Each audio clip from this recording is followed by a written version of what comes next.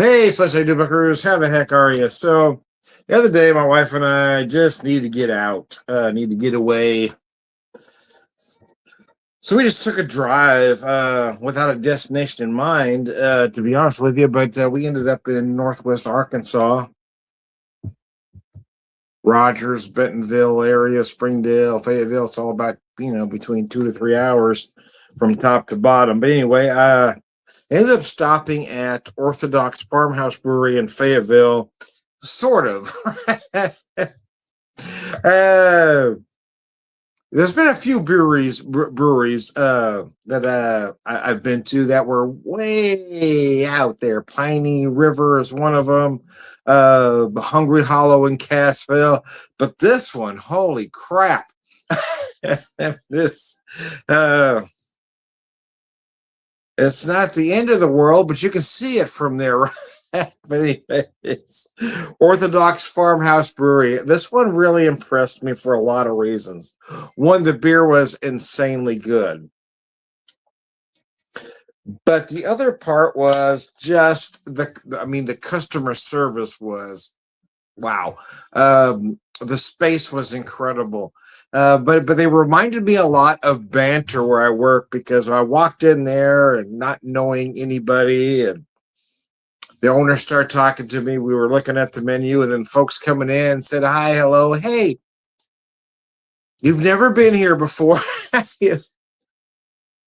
So there was no way you could know, but this is our potluck night.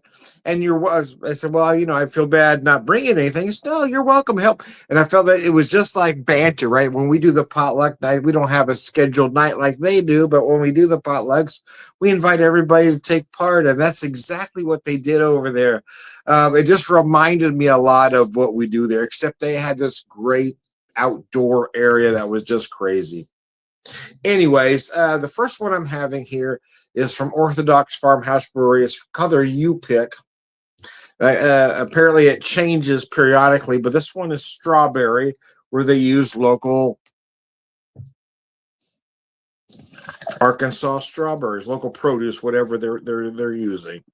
Anyways, I didn't have this one at the brewery, but I was intrigued by it and thought I'd try it. It is 5.2%, I think it said. I'm not sure. It says here on the can, actually.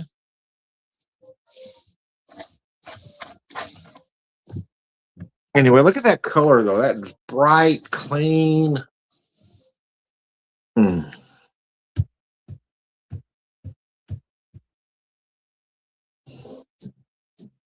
I wish I could have stayed there longer. I was only there for one beer, bought some stuff to go and went. It was near the end of our day. My wife and I, like I said, we just went for a drive. We stopped at a few places on the way. I found us a place to stay overnight, kind of on the fly. And this brewery was close to. In fact, I'd never heard of the brewery till I found our place to stay and saw that it was right near there. Because we're looking to kind of get away, be away from everything, right? And oddly enough, there's a brewery close. Nothing else was close. There wasn't a store, but a brewery was there. Who knew? Anyways, yeah, we just needed to get away. And this one just caught me off guard. I do wish I could have stayed there for hours, because it was just that kind of place.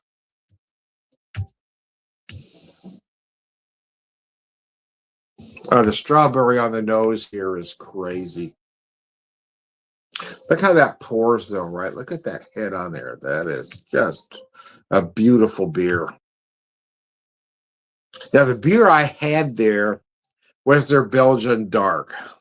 So I did buy a crowler of that as well. That beer was, oh my God. But I bought this one because it was more of a spring beer. It was a seasonal for them, so I wanted to try it. Anyway, Flancia. Oh my God. Wow. Now you can see that one caught me off guard. Holy crap. Well, that's almost like eating a fresh berry. That is. Wow, that's really good. A little bit of sweetness up front, a little tart on the back end.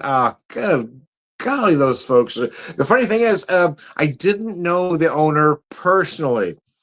But we knew a lot of the same people. Apparently, he cut his teeth over at Mother's Brewing.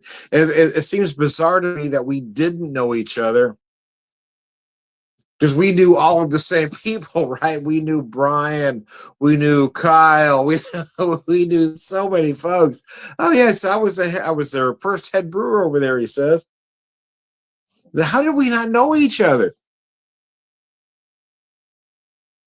He said, "Did you know Kyle?" He says, "I hired Kyle." Oh, damn. Oh, wow, this is so good. It was because it was just one of those places, man. You ever walk into some place, you know, oh man. And before I even started talking to this guy, when I first walked into that building, I just felt that, it just felt like home. It just felt comfortable right away. And everybody just started talking to me.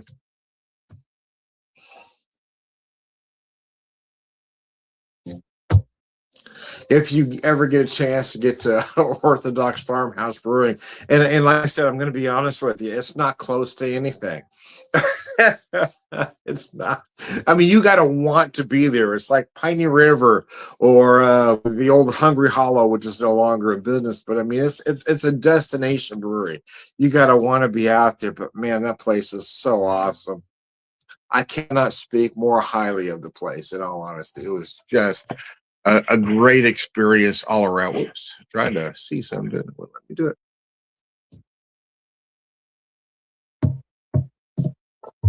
Oh, man, that's good. I'm not usually a fruit beer person. And again, the main reason I picked this one out, I wanted to get that Belgian Dark. That was the beer I had there, and it was just so good. I wanted to have some at home. But the other reason I picked this because it was a seasonal and it used local products. So I really wanted to check it out. But anyway, like I said, I started saying that I got sidetracked again, but wife and I just need to get away. April 23rd marked 13 years since we lost our son Seamus to cancer. And I think you're brought up to believe in milestones, right? 5 years, 10 years, 15 years, whatever, first year, 5 years. But grief doesn't work that way. And I think we've both been struggling, but I'm going to speak mostly for myself. It's just been a tough year for me. It seems like, we lost our grandson, Ben, back in November. So I think that's partly why the grief has been more difficult to navigate this year. But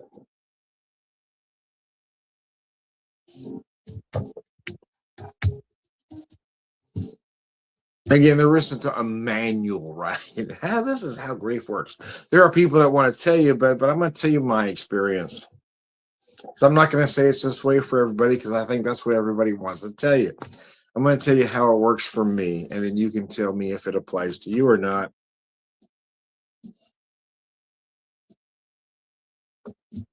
When you lose somebody close to you, in our case, our son, he was 13, we lost him to leukemia. When you lose that person, not only are they gone, but the person you were is gone. So there's more loss than just that individual. We lost our son, but we also lost ourselves. Because I am not that person I was before Seamus died. That person is gone. That's why sometimes relationships are hard to maintain after that. Not necessarily a spouse. My wife and I were able to navigate that, but a lot of spouses aren't. But it's sometimes it's siblings, sometimes it's other family members, cousins, sometimes it's very good friends. They don't know how to approach you anymore. So you lose contact with people accidentally.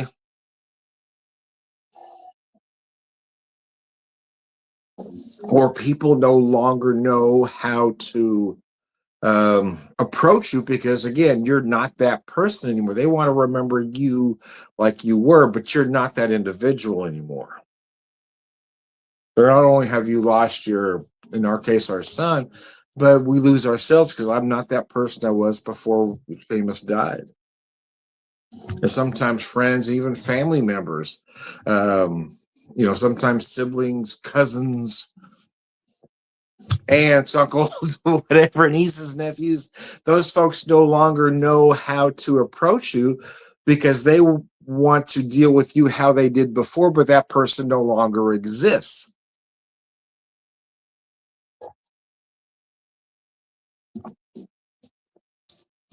Wow, that beer is just crazy good. All right, so I brought this one out here too. This one is from a Rendezvous Junction. This is the only beer I had there at the brewery, and I bought this and I bought a 4-pack of this and a 6-pack of something else because this beer was just amazing. So there's 2 beers that I always have if they are on, if a brewery has them. One is a Baltic Porter, the other is a barley wine. Those are a must for me. If a brewery ever has that on tap, I don't even hesitate. This is what I'm ordering. They happen to have this vanilla Baltic Porter on tap. Oh my good golly. It was amazing. So I picked up a 4-pack to bring home with me.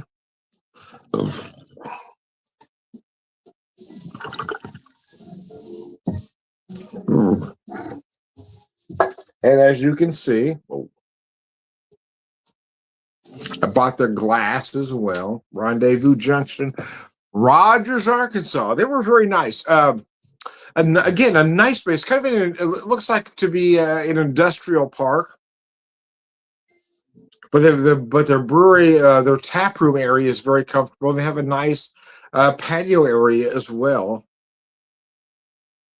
Oh, there it is. That vanilla. So I love a Baltic Porter, and I don't necessarily think a Baltic Porter needs any additives, but however, but wow, I do like some vanilla. The vanilla with this Baltic Porter was just crazy good.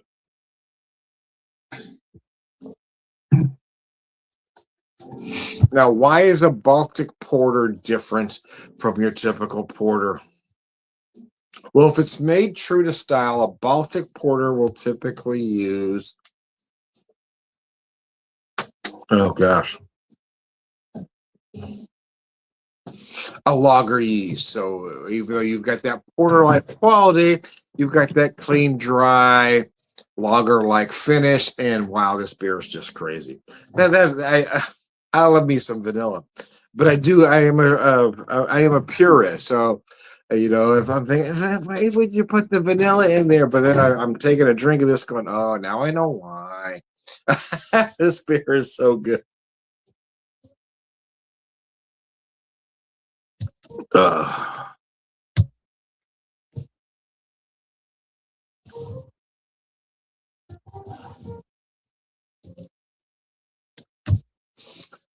But anyway, so like I was saying earlier, we just kind of went for a drive. We stopped here, we stopped there, we got ourselves kind of way out of the way so we could just relax. And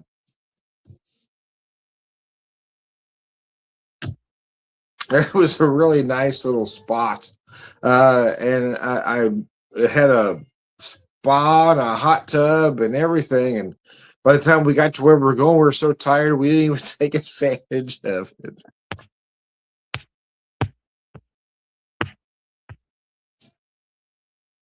Vanessa, hi, how are you? Here's to you.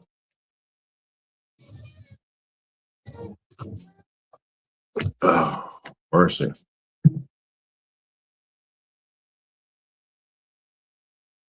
That I've been dealing with some knee issues. I had surgery on my left knee 3 years ago, so it's fine. But my right knee just decided to just die on me, kind of out of the blue. I say kind of because, well, it's not like I didn't expect it to go out when it did. Let me say that. But there were some signs that I might have, ignored. It felt that when the left knee went bad, I knew it was going bad, right? Kind of went bad all at once. But the right knee,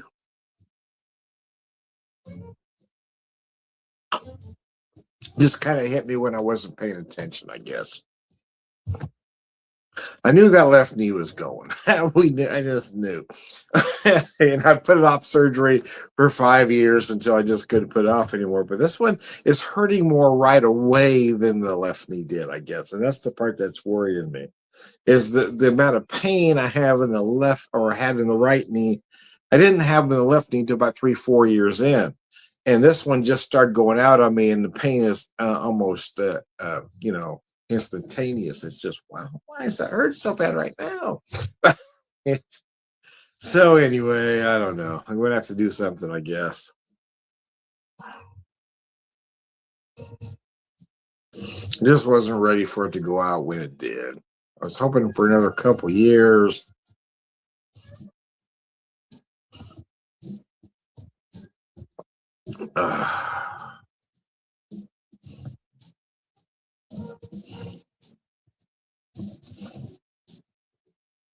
But anyway, but anyway, the grieving process is different for everybody. That's what irritates me about speakers and grief groups, is they want to say, well, this is what you do, this is what you need to do, but it never works the same for everybody.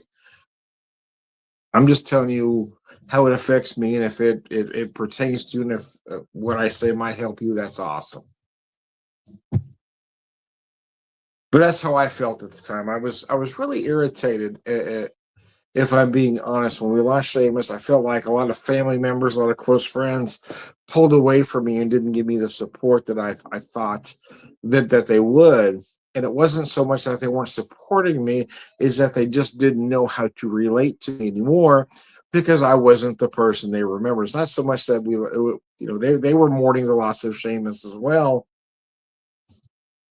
But when they tried to approach me, I wasn't that person that they remembered. And I think that's a part that kind of gets forgot, that when you lose that loved one, you're not that same person anymore. That person died with that loved one.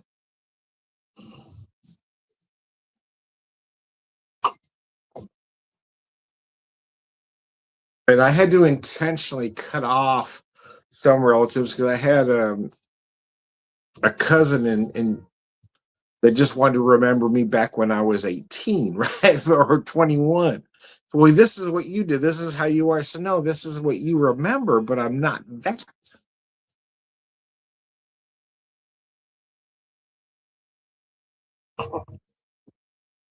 So not only was it hard for some folks to relate to me, but it was hard for me now to relate to other friends, family, and relatives, because they only wanted to remember me a very specific way. And that person, if they ever existed, was not there anymore.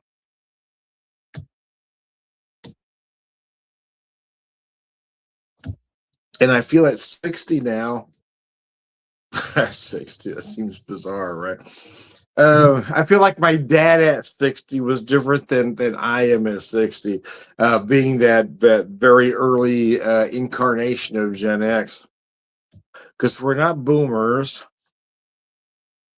we're not millennials, we're that kind of forgotten generation, right? That nobody really gives a rat's ass about.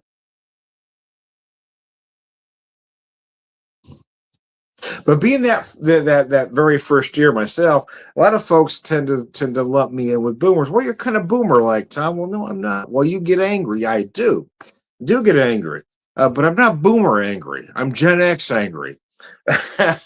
Boomers are angry that things are changing, and they're not like they remembered.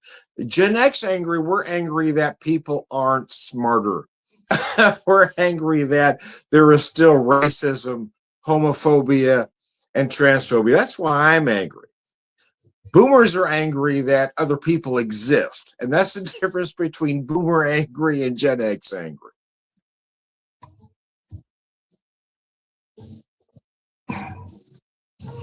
They're angry that things are changing. We're angry because boomers aren't smart enough to adapt. So there is a difference. Anyway, I digress. I'm going to wrap this up before I irritate any more this evening or this particular moment in time. Since I have 3 boomer siblings. Mercy. Anyway, I digress. I digress. I am Tom the Beer Whisperer, Beer Evangelist, prolific beer drinker, purveyor, wisdom man.